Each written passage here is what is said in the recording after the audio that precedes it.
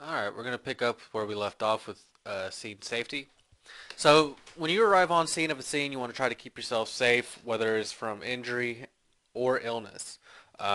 We deal with a lot of bodily fluids, a lot of blood, so there is the potential for uh, getting contaminated from someone else's blood. So you want to make sure that you take appropriate measures, such as wearing gloves, mask, goggles, gown, whatever you need to, based off of the scenario that you're in. Um, you also want to make sure that you handle violence properly. We go to crime scenes, shootings, assaults, stabbings. So at any time, the family could become upset. The perpetrator could show back up. So if you ever suspect something, if PD's not already there, you want to make sure you call the police. And then you want to make sure that you're an advocate for safety. Um, if you see something that doesn't seem right, bring it to someone's attention. Fix it if you're able to. If you see a cord hanging across sitting on the floor, move it out of the way. If you see your partner doing something that you don't feel is safe, say, "Hey, are you sure you're doing that right?" So they may say, "Oh, yep, you're right. I need to do this instead first." Okay?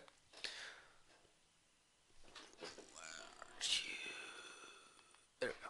All right. So you want to make sure that you protect yourself from diseases. Diseases can be anything from bacteria, viruses, fungi, protozoas, helminths. So we want to make sure that we protect ourselves. Um, Bacteria, they're single-celled organisms. There are many different types of bacteria. Um, these usually require some form of antibiotic therapy. Who can name some types of bacterial infections that we may have?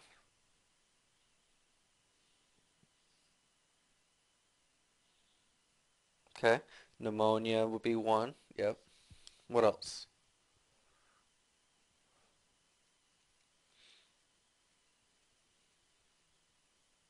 Okay, very good.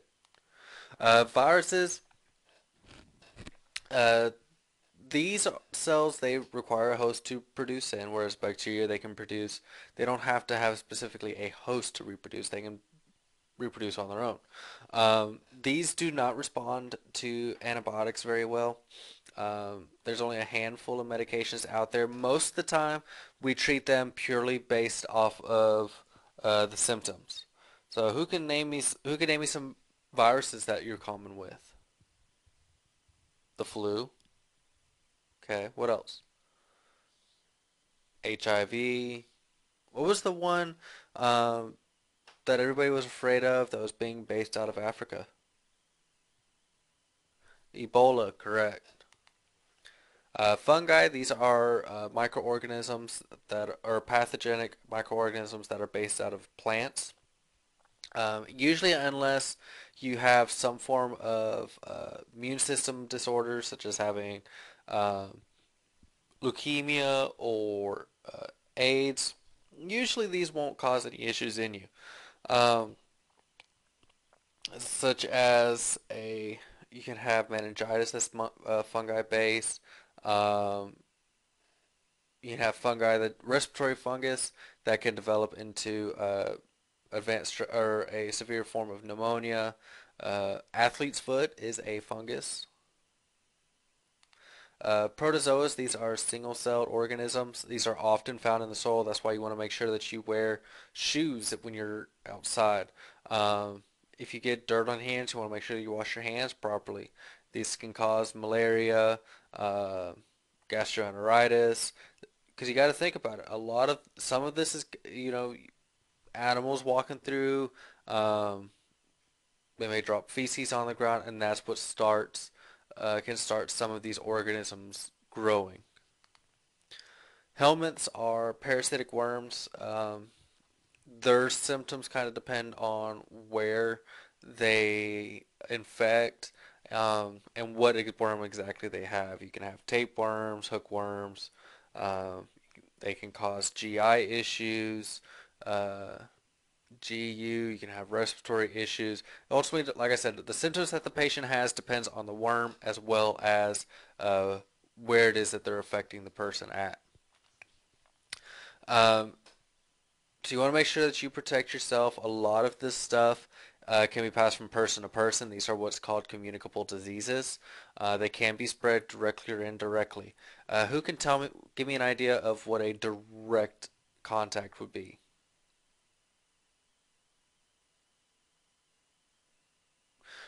Right, you actually touching the person will be an example of direct. How about indirect?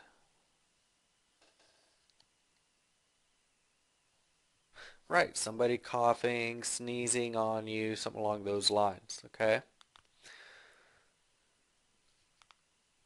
so you want to make sure that you take some standard precautions. These are developed by OSHA to help protect us from becoming infected with communicable diseases. Um, Anyone that could potentially come into contact with a communicable disease are required to have a written exposure control plan. These are to be clearly located somewhere within the business. Ours is available on your EMS 119 course, which hopefully everybody should have looked over. So that way, in case you become exposed to something, you know what it is that you're supposed to do. So that way, you can get the proper treatment that you need. The number one way that you can protect yourself is to wash your hands.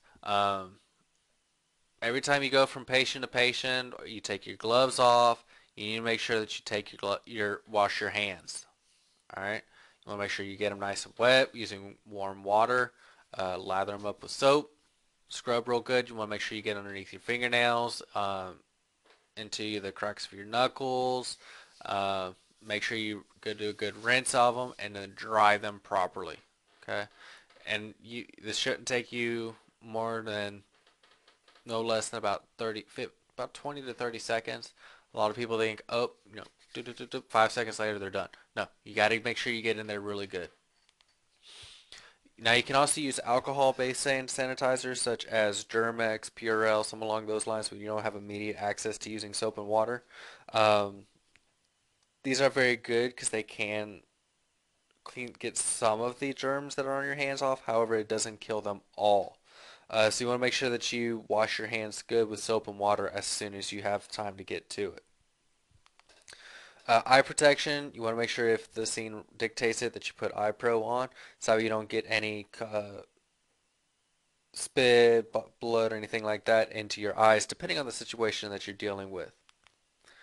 Gloves that help protect your hands from getting anything on them. You want to also make sure that you put masks on as appropriate. If you have a patient that has some form of respiratory condition, you want to put a mask not only on the patient, but on yourself because stuff can still potentially get out. So you want to make sure you have an extra protection on yourself as well. If you have a situation where the patient has tuberculosis or you suspect that the patient has tuberculosis, you want to use what's called a HEPA mask or a high efficiency particular yeah, respirator or an N95 respirator. What these do is as you breathe in, it actually has a filter within the mask that helps keep out the tuberculosis bacteria so you don't risk breathing it in. If you have any disposable equipment, you want to make sure you dispose of it properly. If any bio waste or anything that's infectious, you want to make sure you put it in the correct bio bag. Usually it is a red trash bag. If you have any clothing or uniforms that has become soiled with blood or bodily fluids, you want to make sure you wash them properly and then document any exposures. If it was not documented, it didn't happen. So if you don't document it and something comes back from it and it wasn't there, you're not going to be covered. Also, if you have any sharps containers, or not sharps containers, if you have any sharps such as needles, lancets, you want to make sure that you dispose of that properly in a approved sharps container. Um, any blood or bodily fluids that's on the floor or on the walls, clean them off. If you see any hand marks on the walls, go ahead and wipe them down also. And then make sure you always wash your hands thoroughly. There's three different ways that you can clean. You can either have obviously cleaning, you can have disinfecting, and you can have sterilization. Um, Cleaning is the base. This is what we all do. This is just simply washing something with soap and water. Um, Disinfecting, it's a spit step higher. Um, Usually we'll use a hospital grade disinfectant. Some hospitals will have a purple top on it. This is a form of germicide that kills many of the microorganisms or pathogens that may be on the surface of an object by using the chemicals that's within. So most of the stuff that we use in the field, this is what we'll use is disinfecting material. A step above it is sterilization. This is where it's actually exposed to some form of chemical or physical substance that actually kills every last bit of microorganism that might be on the surface of that object. Usually surgical equipment will be used for this, some stuff that you'll see in the emergency room, but as far as anything that we might use in the field, we won't use anything like that. Some other ways that you can protect yourself from diseases is make sure that you get your immunizations as needed, such as your flu, tetanus shot, um, getting your titers drawn to see what your hepatitis levels are, your MMR, your varicella, your TB test done yearly.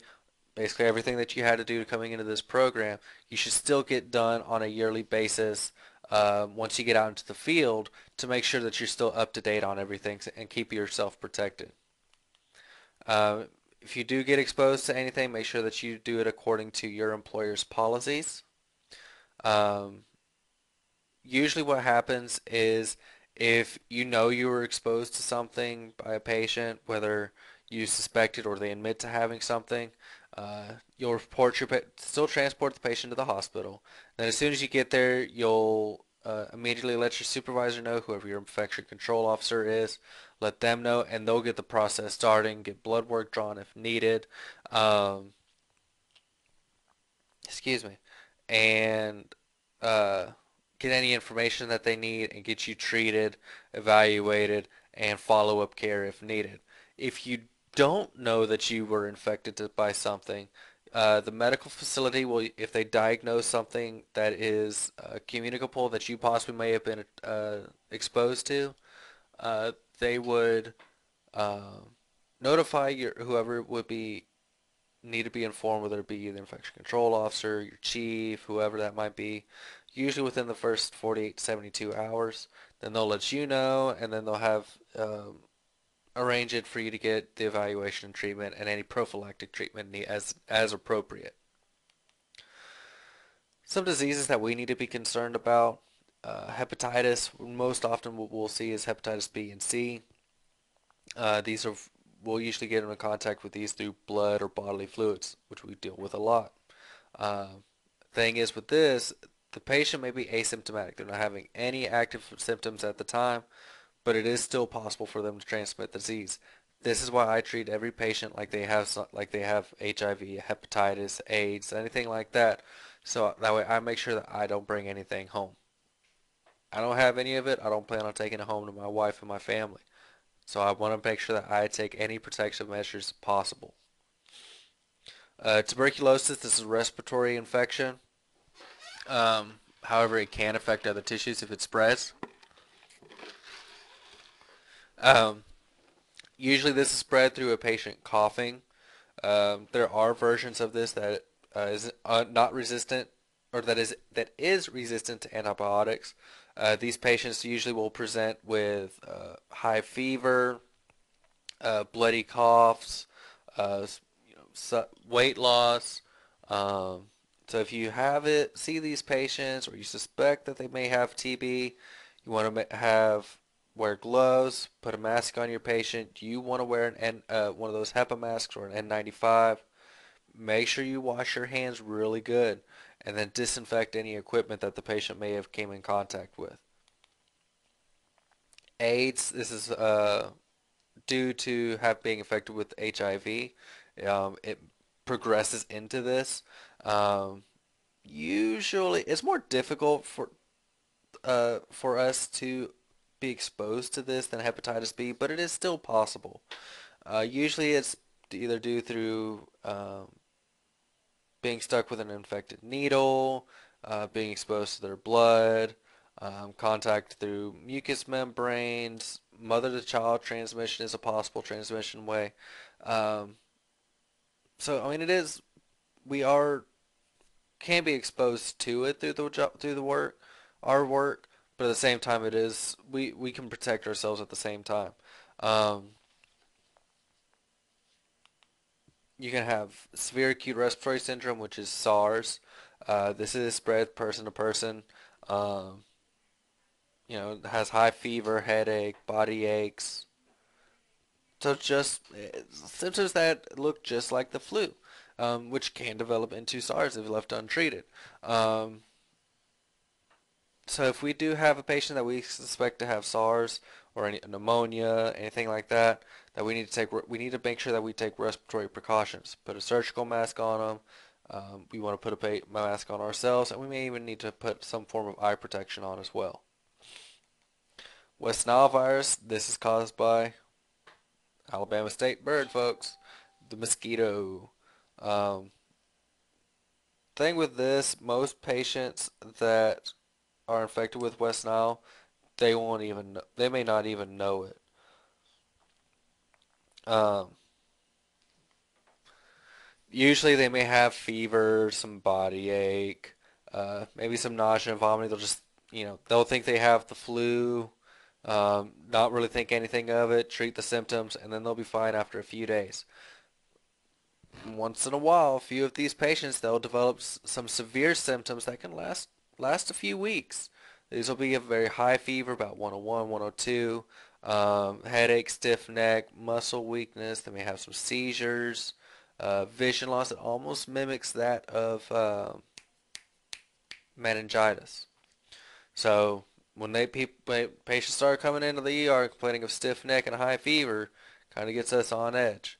Okay, so uh, make sure that you take any proper precautions if you transport anybody that you suspect has West Nile.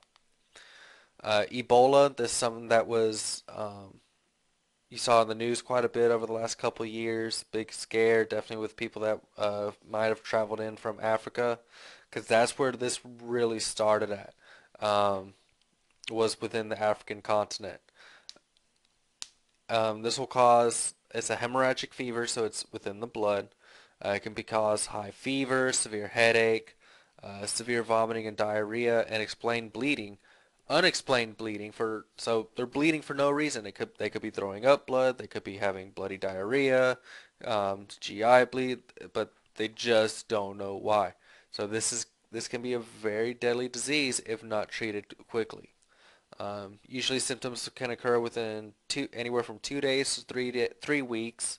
Uh, you with an average onset of about 8 to 10 days. Zika virus, this is another one that's caused by mosquitoes. Rarely does it cause death in a patient. Usually causes just a fever, joint pain, maybe some conjunctivitis. Um, However, if a mother is infected with Zika, it can cause defects to the child, depending on how far along in development the unborn fetus is.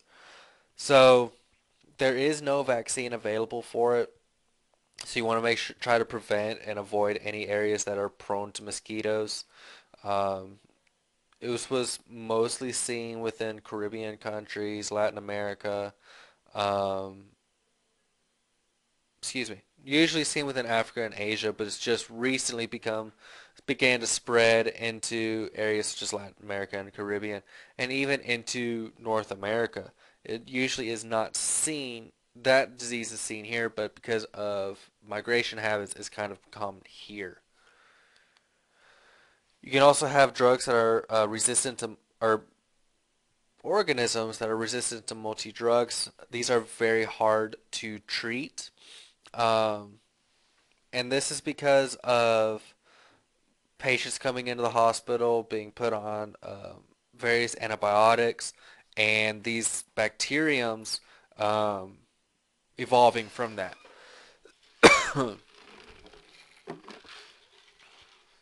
This is when you have MRSA or also known as methicillin-oxacillin resistant Staphylococcus aureus.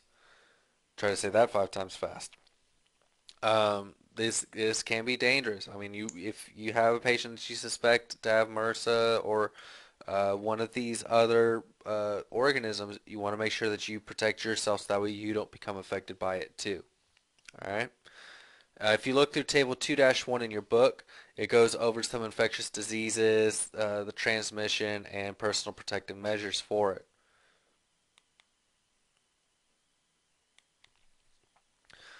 Some other ways that you can protect yourself from injury: make sure you wear seat belts, because we do operate in a motor vehicle. Unfortunately, when you're in the back doing patient care, you may not be able to properly secure yourself. But when you're driving or you're riding in the front, or if you're not doing patient care, you want to make sure you're strapped in.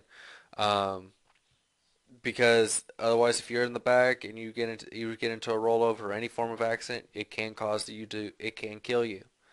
Um, Hazmat situations, if you're dealing with one of uh, with backtracking ahead of myself. Well, make sure you get good adequate sleep. You know, they suggest about 8 hours of sleep a night. Make sure you're physically fit. Uh, Make sure you get good nutrition. And by no means am I saying you need to look like, uh, Arnold Schwarzenegger. I mean, look at me. I'm not the epitome of being physically fit. Some other actions that you need to make sure that you protect yourself if you're in these situations, if you're doing any kind of rescue operations, make sure you have the proper equipment. Hazmat incidents, if you're not certified to go in, you don't have the equipment to go in, don't go in there.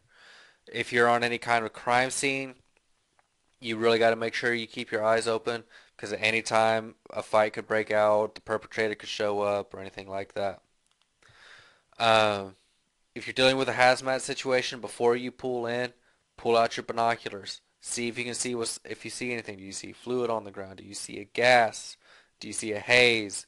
Do you see anything on the truck that, such as a placard, that can kind of give you an idea of what's in there? Pull out your emergency response guidebook. It should be on every single truck for ambulance and fire truck. It kind of gives you an idea of what could potentially be in there. Um, Call for a hazmat team. Fort Rucker and Dothan has one. If it is a hazmat scene, let them bring the patients to you. You don't go in there. They'll make sure that they're decontaminated before they get to the cold zone where you're at. These are an example of some placards that you may see in the field, and I'm pretty sure some of these you've already seen before. Even radioactivity or radioactive material. You know, the vehicles that you don't know it, but the material that they use to do x-rays with is driven in a personal vehicle every morning from Montgomery all the way down to Dothan. And then he drives all the way back with the used material. So even that, if he's, because I spoke to him before, if he gets into an accident, it officially turns into a hazmat scene because he's carrying nuclear material. This is that ERG that I was telling you about. It gets updated every year. So usually you got to make sure you get it updated every year. This is an SCBA that you'll see firemen wearing into structure fires or anything where a hazmat situation that this uniform would be okay for.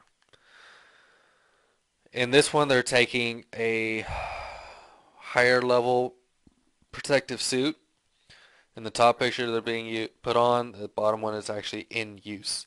These suck to put on and they suck to wear in the field. They get very hot very fast. Some of them do have fans though inside, so that kind of helps out a little bit.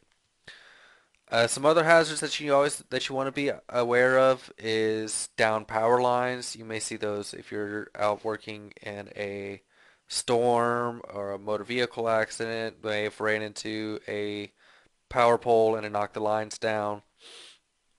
You may have the threat of fire or an explosion if you're dealing with a motor vehicle accident because of the gas and other various chemicals that are involved that are contained within a car. Low oxygen environments, confined spaces. So you want to make sure that you're properly trained to deal with any of this material. Honestly, if I got a down power line, I'm not getting close until I know the power company shut off the power. Even if you don't see any arcing, it could still be a live power line. Just don't go in. Don't try it. Um, you also have federal law requires us to wear safety vests if we're dealing out on a roadway.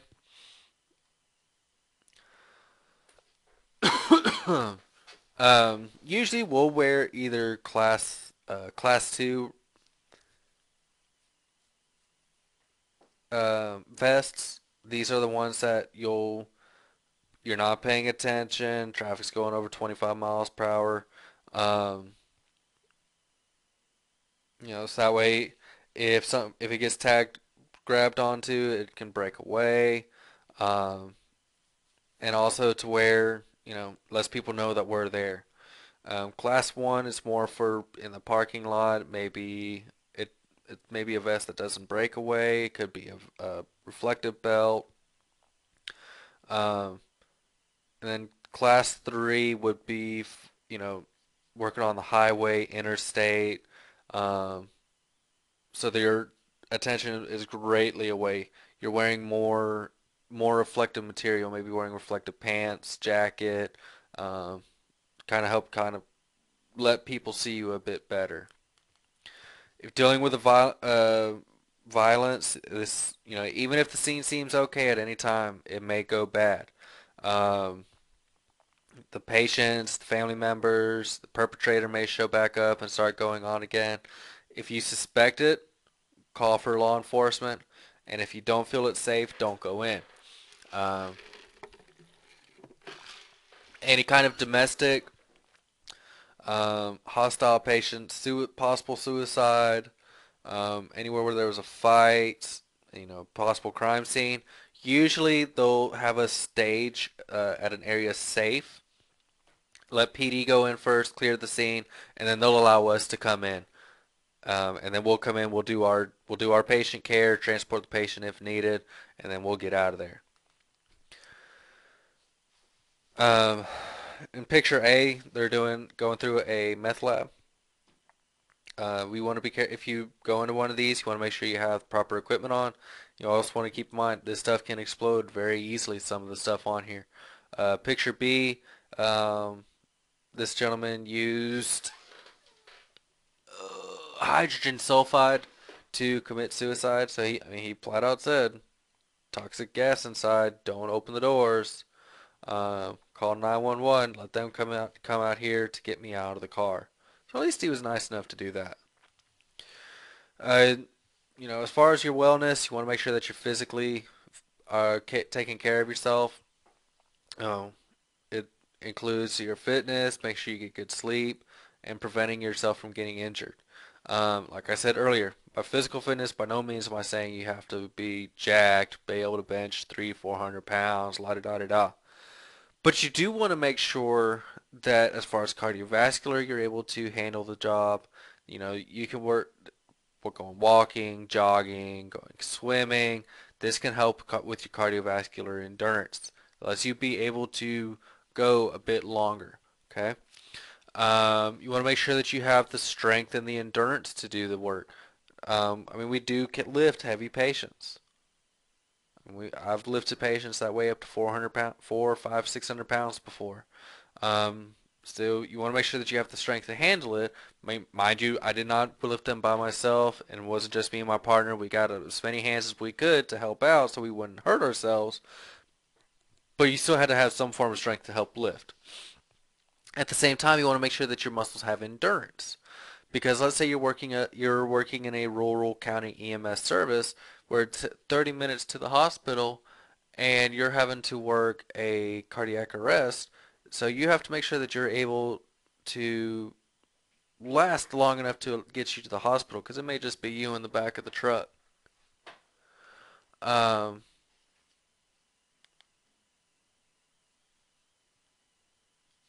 like I said, endurance, you want to make sure that your muscles are able to function over time without becoming fatigued. Flexibility, you want to make sure that you have a good range of motion without injuring yourself. You don't want to have worry about lifting your arm and pulling a muscle. Okay. Body composition. By this, I don't mean you have to weigh 100 pounds, but at the same time, you shouldn't weigh 700 pounds.